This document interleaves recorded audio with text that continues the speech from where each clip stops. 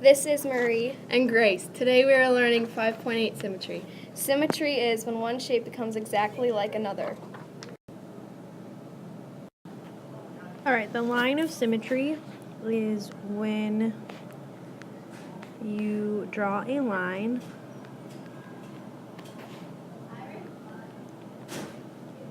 through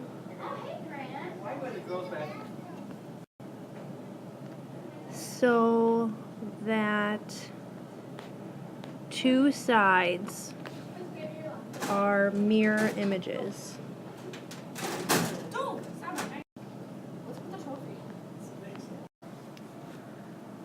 This line right here, this red dotted line, is an example of a line of symmetry.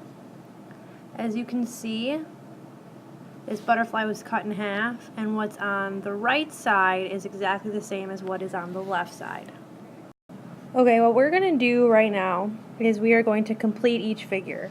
And again, this dashed line, this red dashed line, is your line of symmetry. So think about if you have a piece of paper and you were to fold it in half along this red line, what you have on the top here should be the exact same on the bottom.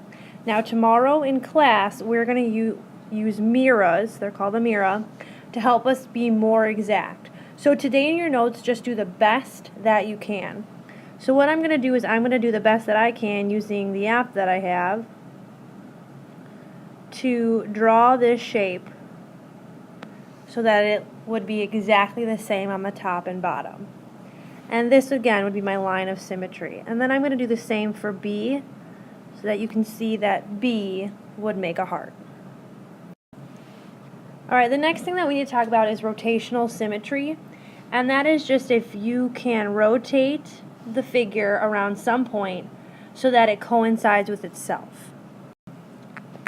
So if you look at these two examples, this middle here is that center point. And if we look here, how all these outsides here are exactly the same. And if we count up the number of sides, there are 7. So that's why this is called a 7-fold rotational symmetry.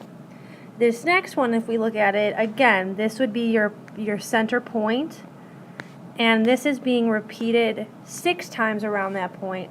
So we have a 6-fold rotational symmetry. Alright, so I'm gonna do the best that I can using this app to do rotational symmetry, and we'll do some in class tomorrow, but this just tells me that I want it repeated 5 times. So this is the object that I'm gonna repeat around my point 5 times. Okay, here's the first one with the 5-fold. And if you know anything about a circle, you know that it's 360 degrees. So what I did is divided that by 5 and I got 72 degrees. So each one of these is about 72 degrees in length. See if you can try the 8-fold one on your own. So start off by doing 360 divided by 8 and you're going to get 45. So each one should be about 45 degrees. So not the best job, but I tried to repeat it as best as I could. Again, using my Mimeopad, 45 degrees. So you can go ahead and do the exit slip for this lesson.